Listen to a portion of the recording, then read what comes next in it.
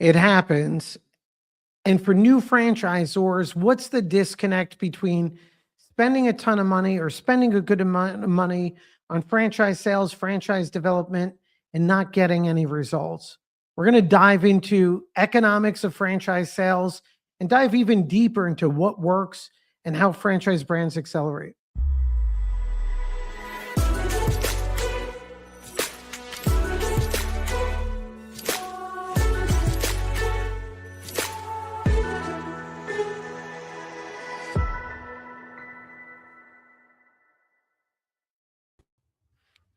Looking forward to this, Kelley. And if you're good, I will frame this up by just summarizing a couple of experiences we've had where we see a new franchisor, they're excited about franchise sales. We're cautioning them about seasoning the franchise offering in the first couple of years, building the validation, onboarding, validating franchisees, and then accelerating digital marketing, broker relationships. And it's a slow road, right? But we've seen the results over a 5-year time horizon. So Kelley, we've had a number of meetings where brands come to us. They've said they've spent $100,000, $200,000. They joined franchise broker groups. They paid marketing consultants. They spent all these dollars, but didn't get any results. Yeah. And there's in between that too. We have zero results and somewhat not a good ROI. So commonalities, like what are franchisors facing at the emerging level? How do we even start diagnosing what's going on? I think a problem, I guess problem's the right word, where a lot of these pressures start is majority of franchisors, I was one of them too, coming in undercapitalized. And when you do that, it creates an immense amount of pressure to try to start selling franchises fast, to recoup that money that's already been spent on legal, on operations manuals, on all of these things without fully understanding before they started franchising what the real costs were going to look like and a realistic timeline for recouping those money spent. And I think that's what leads to the biggest loss or financial loss is these new franchisors don't have the right expectations. Second is they're not positioned the right way. Maybe you have your FDD and you're good legally, but they don't understand their franchise brand positioning and what's the value proposition. And then what I find, and without being critical, because there's some amazing suppliers out there, but then there's also organizations and companies out there that promise like to do everything. Like we're going to handle the sales for you and you just approve the leads and you only need to invest X dollars, or we're going to join every broker group on the planet and we're going to guide you. And then they spend all this money and nothing happens. Well, what happens next is they start going on forums on Facebook and they start talking about why they're frustrated and can't sell, or they start to express this on LinkedIn.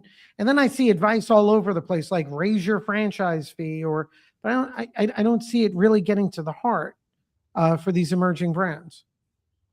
I agree, and I think while it seems like a shortcut to take, some of these measures of hiring someone else to handle things for you, franchise development, I think it hurts you in the long run because you never learn how to develop your own brand. And even more so when we talk about those first few franchisees being so important, farming out someone to build your culture for you in the beginning is a dangerous game. Regardless of the good intentions of whether it's a broker or a franchise development company, whoever it is, minus their good intentions, they don't understand your culture. They don't understand your ideal franchisee, particularly in the beginning, because you're still figuring it out. And so, I think, even when we are seeing those leads coming in and people are getting these large volume of leads, they're not people that are actually identifying with that brand and that culture, which, we both know is so important, especially for those first handful of people. So Kelley, if we were creating some action list items, right? Even before we get into the tactical, which will be up next on advice you recommend for brands for building that sales traction. some of the brands don't know what they don't know in terms of what they're missing. They think they're in the market, they think they should be selling, so they start spending the money, and then they start misdiagnosing why it's not working. What would be some gut check items for a franchisor? Either questions they need to know how to answer about their brand, or like what would be 4 or 5 gut check items where they could check themselves if they're being objective and if they even know if they're ready? I think one of the first is, what is your brand story? What are you actually selling? And, we see this all the time where, people are like, I'm selling a burger franchise. I'm selling a jump house. I'm selling all of these things. And that's not really what you're selling. What you're selling is freedom. You're selling the ability for someone to own their own business. You're selling an economic shift for people. And, so I think a lot of that storytelling is off in the beginning for a lot of brands. So they're not reaching the right market because they're not marketing to the right people, because they're not sure what they're marketing exactly. And that just goes down, a rabbit hole of leads you don't want. I think that's really important. And, in owning that story and owning the process, and not feeling like you are at mercy to the leads. Like, you want to bring in the right people, and it's definitely a two-way interview process. I feel like a lot of franchisors are really desperate for those sales in the first time, in the first few sales, which means we miss some steps. We bring on some people we shouldn't bring on, and we kind of forget that we're in control. And, no one's doing us a favor by buying this franchise and being a part of this awesome opportunity that you're providing. So Kelley, and we see it often in terms of the brand positioning, value proposition. We all have the bias about our own business. We know what it's about, but it's very difficult for us to evaluate our own website and what we're communicating. So I think that's critical. And then if you're off track with your brand positioning, well, it filters down to everything else. Kelley, what's from a franchise sales or development process? I'm a new franchisor. I'm legally a franchisor. I think I have a great business. In fact, I'm getting in some leads. And I agree. If you just hire someone to do everything for you, it's very difficult because you're not going to get that instant feedback. What do you recommend how they should approach the franchise sales / development process? So, we talk about this all the time, but organic leads being so important. So reaching out to your own network, your own client base, your own, people who've already experienced your brand, loved your brand. That's a really great way to start. But I think that just the more conversations franchisors have, the more comfortable you become in that franchise process. And, and sometimes just thinking outside of the box to have those conversations. If you have a painting franchise, maybe you start by reaching out to franchisees of another brand that are a window concept, and you start talking to them. Have you thought about diversifying your portfolio? Have you thought about also offering this service? One, it's, even if they don't, you've had a conversation, you're learning how to have those conversations. But I think sometimes it's just a matter of, relying on more non-traditional ways of approaching, franchise leads, and just getting more comfortable talking about your concept. And one of the things that I found really valuable about those sort of conversations, especially with existing franchisees, is they're going to ask you questions that you need to learn to answer because they are franchisees, and they're going to ask about unit economics. They're going to ask questions about systems and things that'll better prepare you for those future conversations. But, I wish I could say, it's going to be as easy, just sit and wait for the phone to ring, but it's unfortunately not the way it works. And it takes a lot of outreach. It's interesting that everything changes by the minute, right? So, now in a world with AI, I almost think that discovery process for new brands, if I'm starting off with a new franchise system and I'm getting my grounding, I would start with an AI system and ask that, here's my business, here's the category I'm in, based on whatever all the searches, what type of buyer is looking for this type of franchise? What other businesses are they looking for? what questions are they asking? Because to your point, as the franchisee candidates ask those questions, being prepared for the responses, the reality is candidates now are not only asking the franchisor, they're asking AI.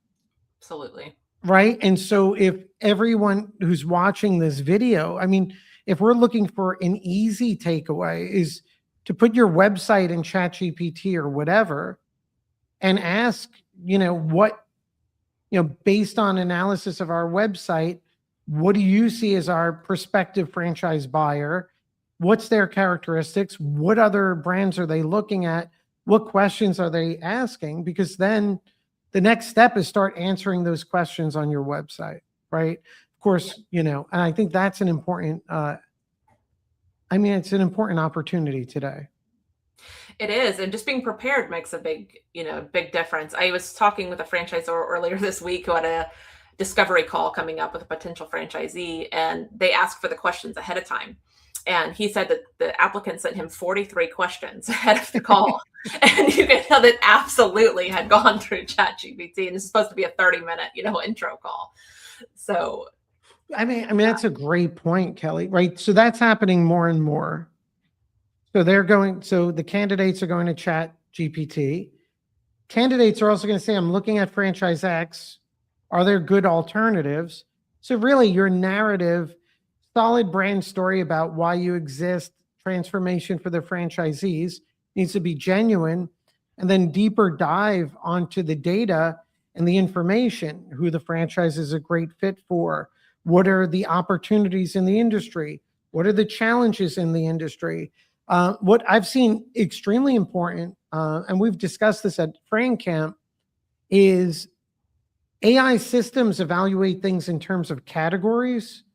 So if I'm in a window cleaning category, or if I ask ChatGPT or someone, hey, I'm looking at XYZ window franchise, the AI system will give me info, but it may also recommend other industries and other businesses. So also, as you're thinking about your narrative, also make comparisons to other industries. So some takeaways so far, and I agree. Number one is brand story. And your point also, it's brand story, one, why you exist. Two, it's what's the transformation for the franchisee. And Kelley, you gave an example, and we've seen it. If you're in a certain business, you're talking about how you help customers, not franchisees. Right. And we've seen other businesses, not clients, where they're working with these sales organizations and they get all pumped up and they're spending money on brokers. And you look at their media and you're like, but your product looks great, your business looks great, but I still don't know why someone should buy your franchise, right? And that's a critical question. Once you answer those things, then you need to fill in the detail in terms of AI and providing the deeper dive. Kelley, as a franchisor yourself, like, what's the moment, if you think back, from where you went from frustration, I'm not sure if this is going to work, to, okay, I see the pathway, I'm starting to understand what I was overlooking, and we're gaining like, what, it's hard to describe, but what's involved in that moment? For me, I can very distinctly remember, and it was all around brand story. It was a meeting with someone who helped me understand that I wasn't telling the right story. Once I started telling the right story, so many different things started happening. I started telling the right story. I started getting on the right podcast. I started getting in the right media. And I started having conversations with the right people. And I can say that was pivotal. And we had leads coming in before. I mean, we would get, a steady stream of people that just wanted to be an operator in our industry. But once we changed that narrative, once we changed that story, it not only gave more confidence for myself and what I was selling, because I better understood what we were actually selling, but it opened up the opportunities for the type of conversations I got to have, versus being, just in publications about the trade, to publications about entrepreneurship, about being a female business owner, about, community impact. And that's all happened because we started telling the right story. I mean, that sounds so simple and it's so deep, and I know it's powerful. Kelley, for the brands that are out there, the founders out there that think they're doing this, but they're not, what's your advice for them? Like, how do they guide themselves on this? I don't think you can guide yourself on it. I think you need to bring Right. someone in who Well, come to Fran Camp and yeah, yeah, no, and, but really, whether it's a peer that you feel comfortable, someone else in the franchise community that's maybe not in your space. Like, that's one of the things I do enjoy about the franchise community. It's a very open space. And that's honestly was my wake-up call is I had someone say to me, like, tell me about your brand. And I was telling them about the brand, and they're like, that's not what you do. I was like, what do you mean that's not what I do? And they're like, your brand story is completely off. Why are you not highlighting the fact that you're a female owner and that your franchise owners are predominantly female? Why aren't you highlighting the aspect that you're making these huge impacts in your community in these various ways? We were talking about revenue, we were talking about unit economics, we were talking that are important things, but it took someone else saying, that's not your brand. Didn't even know my brand that well, but after they said that, I was like, oh my gosh, you're right. That's not my brand. That's actually not why I'm doing this. So I think, peer review is so important. And I would challenge people to ask someone else in the industry, what's wrong with my brand? What am I not doing? What story am I not telling? Because, third party looking in, there's usually something there that you're missing, or something that is magical to an outside person, but became so mundane to you that you forgot to tell that story. yeah, I love the examples, and for everyone on the live stream, at least, if you want to put in a comment or put your website there, we open it up live, and Kelley could give some of her insights. But Kelley, when you talk about that brand positioning, it's interesting, right? You brought up unit economics, which is not the highlight, but it's a necessary. Like, what are these unit economics? What should the economic expectations be? You then bring in the management team and the founder role, talking about your story, which creates alignment. And I think in between all of that is some greater good in terms of the service that's being provided and the people that you're attracting. And once you dive into that and you start telling a meaningful story, I think that does change everything. And I think it's even amplified now because of AI. No one is going to have that call and hear you say that before they first ask AI. Right. Absolutely. I mean, that's one of the things I try when I have conversations with franchisors that are feeling really frustrated, like that leads are slow. Like, I get it, but what can we be doing to build up your story right now? What can you prepare for? Because once the leads start coming in, you don't want to have to go backwards. And that includes legal. I'm going to do a little plug here. But for us, we had almost an entire year of setback because of the way our item 19 was structured, because of the way our territories were structured before we really started selling. So, for anyone who feels like they're spinning their wheels right now, ask for some peer review, look at your internal systems, make sure you're actually ready for that growth, because there's things that can be done. Kelley and so our friends at Cordova, Oh, great. I'm gonna pull up the website. Let's see if I do this correctly. Okay, so we have Cordova, nationwide staffing, workforce solutions, build your future in tech staffing, own a Cordova and tap into $200+ billion IT staffing. Why Cordova? Our services. Okay, what's some of and this is, I think, a version 1.0, and I appreciate the team at Cordova volunteering here. What's your initial thoughts? Well, I mean, my initial thought is I'd have to really first glance at the very top line. If I'm not into tech staffing, then this probably isn't for me. It's my initial thought.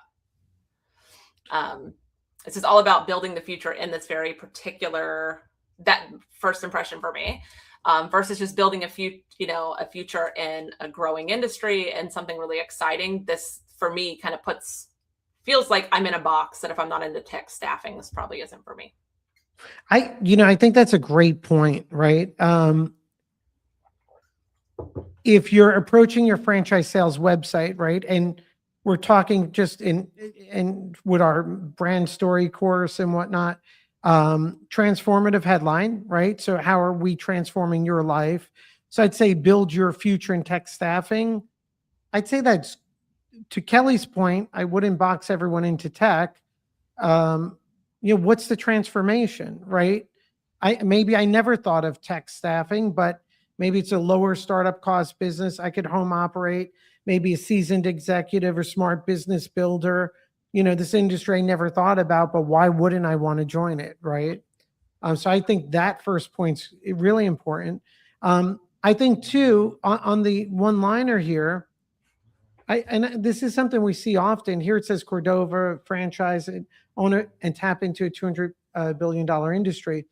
I think the point here is, if I'm at this stage of the website, I still know what Cordova is, although I know, it's a staffing. And so I think here, what's the transformation for the franchise buyers, right? Build your whatever business, and then Cordova being a leading staffing and whatever franchise. But then on the why, Kelley, back to the other point, this is sort of why IT staffing, 200 billion. But I think it needs to be more specific to points you raised, right? Which is maybe leadership team opportunity in terms of what's the business opportunity with Cordova. Yeah. And then here, I love this 3 revenue streams. I'd be identifying what they are. What's your thoughts here, Kelley? I completely agree. I mean, there's a place for numbers, and obviously we all want to get to them. But if I'm searching for Cordova versus, a burger restaurant, tell me why this opportunity is more resilient to recession. Tell me why this business is going to evolve, and additional revenue streams will always become available. Are we on the cutting edge? Is this a cutting edge industry? It is. Like, let's talk about that, like the excitement and building kind of that image of looking forward versus just what the numbers are right now. Yeah, but I think it's a good version 1.0. And for the team at Cordova, we have a great workshop. If I don't know if you've accessed it on Brand Story. I think you guys have an amazing story. I'd focus on Kelley's big point, which is, hey, I may never have thought about IT staffing or tech staffing, but this could be a great business for me as I leave corporate America and look to balance my life, right? Work-life balance, unit economics, leadership team. I think those are things that would be great on that site. Another website, let's see here. Let's open this up.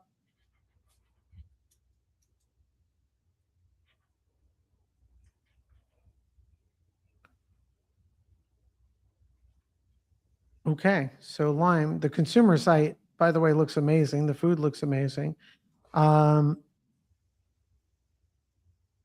Franchise the flavor with Lime fresh Mexican food franchise. Before I even ask your comments, what I would suggest and it's interesting because, like, we're in the franchise world, so we use the word franchise.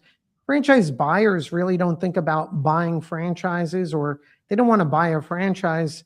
They want to buy a business, be part of a movement, change their lives. This looks like a nice website, though. Lime Fresh Mexican Food Franchise. Beloved 21-year-old Mexican food franchise with proven sales. Now reimagined with Lime 2.0. A bold, elevated concept featuring full bar program. Request more info. This is awesome here in terms of contact form. Story. What do you think, Kelley? I mean, right from the beginning, I love the fact that they're highlighting that this is a 21-year-old brand. And I hope Yep. lots of storytelling around that, and who created it, and you know, why would be my guess. That would make me want to stay on this page though and figure out why it's been around so long, who was the creator. So that definitely, that line would pull me in for sure. Yeah, and I don't know if you agree with me. I don't think the reimagined needs to be here. I mean, for the founders, I'm sure it's important to them. For me, this is first time I'm encountering Lime. I Right. just see, right? So I feel like this just may add confusion.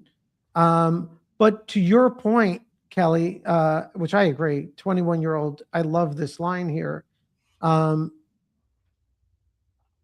Everything else, there's a beautiful story here. I would love to see images about the brand 21 years ago, an image of the founder, the progression of where the restaurant has come from, the first location to whatever, and here's what it is. And then my only comments would be, see, I mean, like here, Lime Fresh story, that I want to hear that authentic story. Although let's see about us.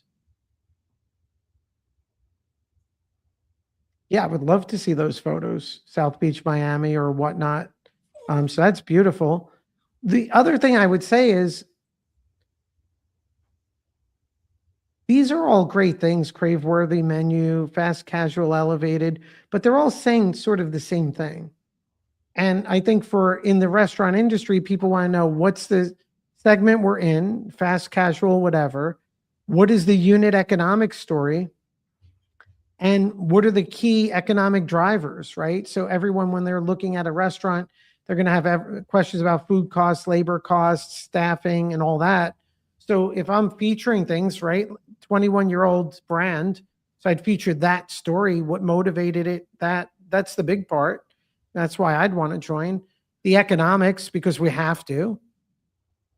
And then maybe leadership team. I think one thing I don't think that this page answers or leads to is every franchise buyer has a question of how do I do it and how do you help me? And then Ethan's comment here, founders no longer involved, third-party ownership group. I still think they could approach that story. No, Kelley, from like that's its roots. It's in the DNA. I think so too. I think, the evolution of the brand and, how, why you purchased this brand is a powerful story too. There was a reason your group decided to purchase this brand. And so I think that's, even a second iteration of here's the founder's reason, here was our why.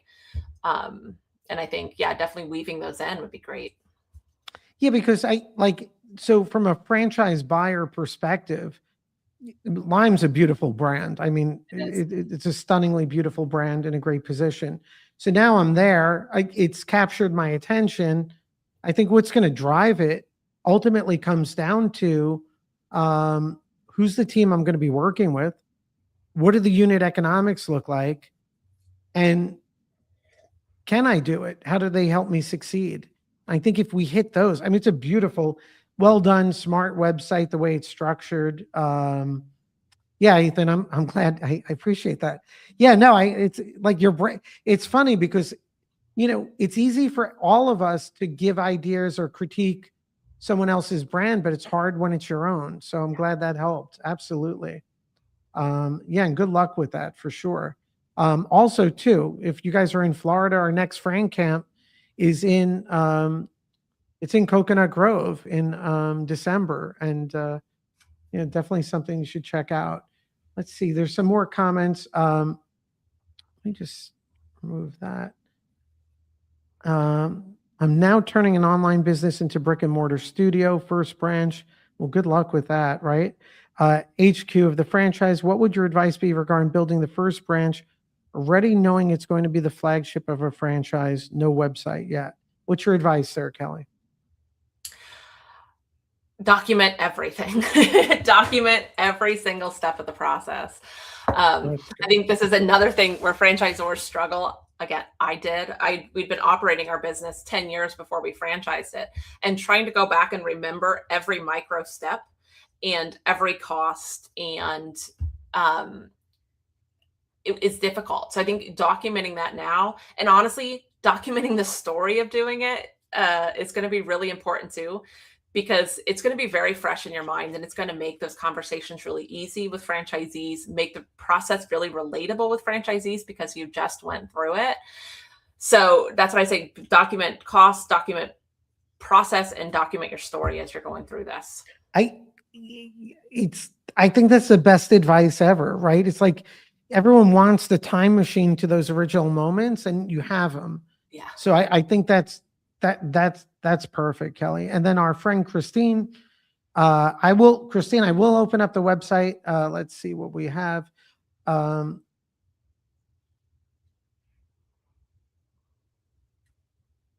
and this is for Richard's Painting, which is a great brand, a very compelling founder, genuine as they come. And I will share the web page.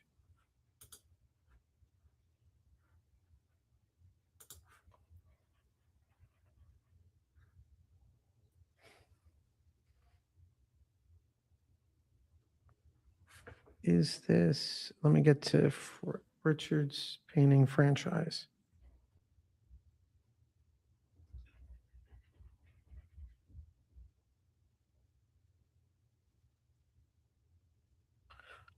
Christine, I think you're a little too critical. Like there's some really strong parts here too. What's your thoughts, Kelley? Um, initially, I feel like in the beginning there's a lot of words. And so Right. I think that could, be summarized a little bit better. Love though that we go right into a video. That's fantastic. And given that, the first lines here, I think when we were talking earlier about knowing who you're selling to, using words like be your own boss and those things, I think if you know that your ideal franchise candidate is someone who is an employee, a painter, maybe they, wants to branch out, that's compelling language versus if you're selling a restaurant, which is more likely someone who's looking for a real estate opportunity or a legacy opportunity. I think that's a great thing to point out that that's why they shouldn't all be the same. And so I love that, just initially it looks like that's who you're marketing to. And if so, you're doing, a good job with that. I think that's great. What I love it's not over stylized, right? And it is Richard's Painting. Very genuine. I agree. Like mechanically, take the video and put it up in the top right-hand corner of the masked area, so it's not all text. The owner Richard's Painting franchise and build a business that lasts. Love the build a business that lasts. What I would say, I would be focused on those three uniques. And my biggest unique is a business that lasts. And hey, you may never have thought of painting as the business of your dreams, but it's a durable business. And you tell Richard's story there. Economics, you may want to put it or not. And I think the real power here is you guys aren't, you have your franchisees here. This is so powerful. So I think there's a lot of positives on this. Request franchise info. Charles, Christine said that she made a comment. She thinks she needs a separate website for the franchise company. What are your thoughts? What do you think, Kelley? We did end up later adding a separate website that, I think for tracking purposes, once we really got into the analytics were really important. However, it did link from our consumer page. So even if you're doing that, Christine, I think there is something really powerful about having that listed on your consumer page. Because again, some of your customers might be your best franchisees. We actually had 2 customers in my local market where I had my local franchise that moved out of state to become franchisees because there were no local franchises available. And they would never, had they not been a customer and been on our customer website, to even see that that was an option. So if you do build out a separate site because you want to be able to track analytics or anything's better, great. But I think having that presence on your consumer site is really important. Yeah, I agree. And the more I look at the website, Christine, I like that Richard's Painting story is so critical. And it's there in the video. I would now articulate it in one of your uniques, and then also too, so you have the story, you have the durable business, right? which in your case, not so number dependent, although the numbers are good. It's like, look at our franchisees. And then I would get to, which is part of your brand, the how we help you succeed component, right? So I think that's really critical. One comment I did miss, I just want to bring it up quickly. Gabe had asked for Cordova, would you put some data from item 19 on it? My answer is yes, but and send it to legal as you're doing it to make sure it's properly presented and whatnot. I don't know if you're going to need it on the website because the 20% returns or whatnot, I think it may be too early of in a stage for someone to understand what that means. So I think it could be a crutch. I would focus more on, I think the interesting thing about your business is people don't really know what it is. I never thought I'd be in staffing, but wow, there's this amazing opportunity in IT staffing. Okay, so now here are my questions. One, what does the business model look like? Home-based, low startup costs, tech-driven. That's great. Two, what could the unit economics look like? Doesn't mean item 19 numbers, but like my question is, like as a novice, I don't even know how I make money. Do I place someone? Do I get a commission? Is there a national network?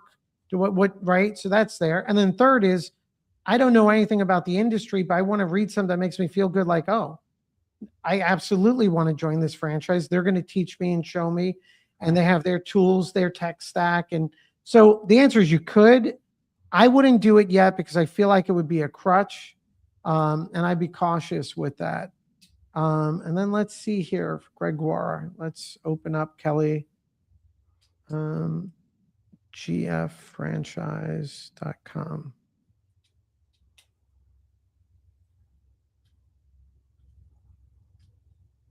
Oh, I'm sorry, I did it wrong.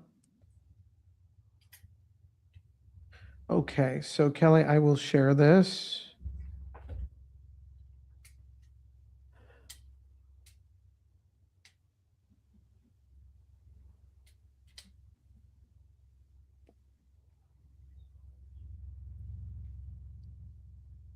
So we have Gregoire, fast casual, critically important contact form right up in the top.